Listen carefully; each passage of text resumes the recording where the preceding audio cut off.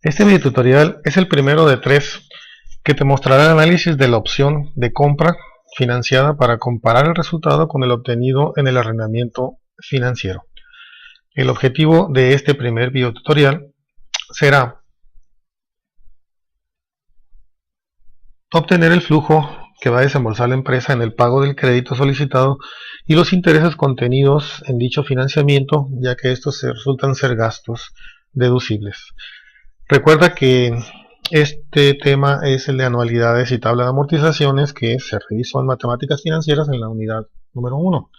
Entonces tenemos que la opción de compra con financiamiento, tenemos el valor de la maquinaria de 80,000 pesos que va a ser financiado a través de un crédito bancario a 5 años con 5 pagos anuales, una tasa de interés del 14%, el equipo se depreciará al 20% anual, la tabla de impuestos estaremos utilizando el 42% y hay gastos de mantenimiento de 2,000.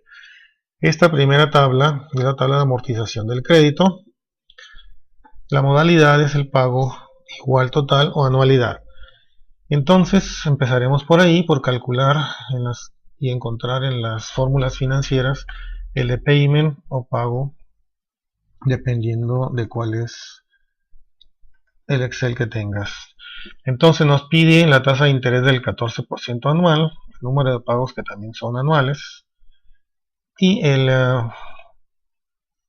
valor presente o el valor o monto inicial del crédito, que son los 80,000 pesos, valor de la maquinaria.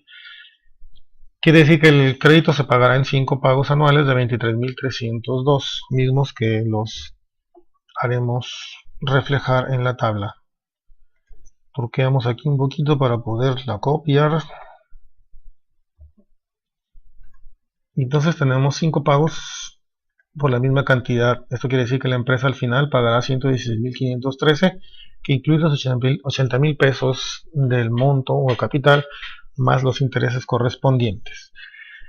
Nos interesa entonces este dato para luego ponerlo como parte de los flujos a desembolsar en la opción de compra, pero también nos interesa conocer el valor de los intereses anuales, ya que estos se convierten en gastos deducibles y afectan a los flujos netos. Esta tabla, según te acordarás, inicia con el valor completo de la deuda, que son 80,000 pesos, y el primer periodo estaremos pagando 23,302.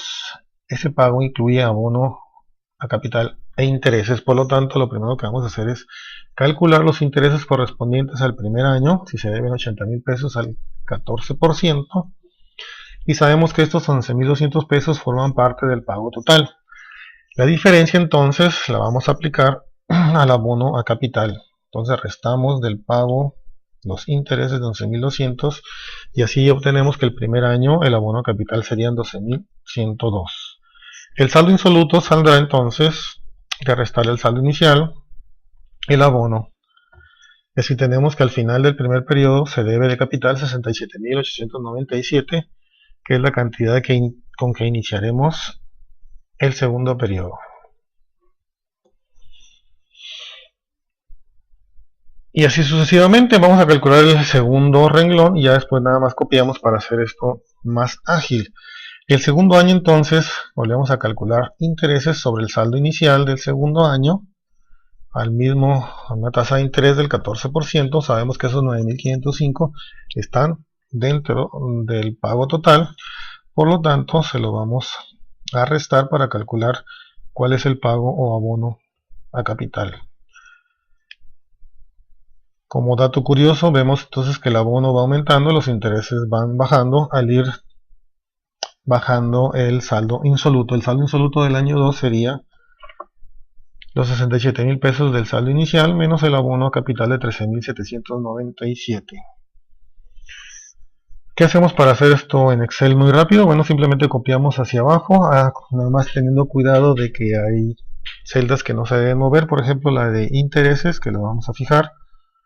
El interés está en la celda F24, le ponemos los respectivos signos de pesos y vamos a ver, copiando hacia abajo se nos va a llenar la tabla completa una vez que hemos terminado con el último dato. Ok, aquí lo comprobamos, porque el año final el saldo debe ser 0. Otra forma de comprobar es que la suma de capital nos da los 80.000 pesos iniciales y que la suma del capital más los intereses nos da el pago total.